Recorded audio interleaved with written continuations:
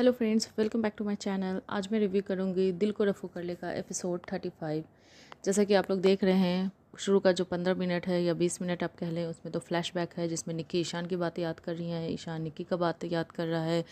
दोनों एक दूसरे से चाह रहे हैं कि दोनों एक दूसरे से आगे बढ़ें या माफ़ कर। ईशान चाह रहा है उसको माफ़ कर दे, उसका दिल कह रहा है माफ़ कर दे, लेकिन दिमाग कह रहा है नहीं, उसने गुनाह किया है, माफ़ नहीं कर सकते।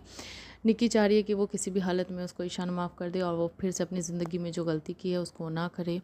इसी तरह बात आगे बढ़ती है सिमी की बात और रिश्ते से। ईशान को थोड़ा लगता है कि एक बार एक मौका निक्की को दिया जा सकता है, इसलिए वो संजीव के कहने पे अनजाने में ही सही उसके घर पहुंच जाता है।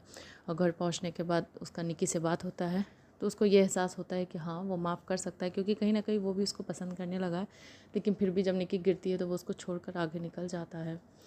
और फाइनली अब ये दिखाया जाएगा कि ईशान जो है वो अक्षय का बैंड बजाने वाला है। अक्षय की सारे राज और उसकी जो सच्चाई है वो रीमा को बता देता है और रीमा बहुत ही ग्रेसफुली इसको हैंडल कर रही है। उसने कोई तमाशा या ऐसा नहीं किया कि नहीं मैं भाई पे यकीन नहीं कर रही हूँ, वो जो बोल रहा है वो सच बोल रहा है क्योंकि वो मुझसे सच में प्यार करता है। उसने ऐसा कुछ ड्रामा नहीं किया। वो क्लियर, मतलब इतने बड़े बात को वो क्लियर 1 मिनट में समझ गई कि हाँ मेरे से गलती हो गई, सॉरी भाई को बोली और बोली कि हाँ मैं, मतलब बहुत ही अच्छे से वो समझ गई है। और अब ईशान ने अक्षय को उसकी औकात दिखाई है, उसको जिम से निकाल दिया है, उसके घर पे पुलिस भिजवा दिया है।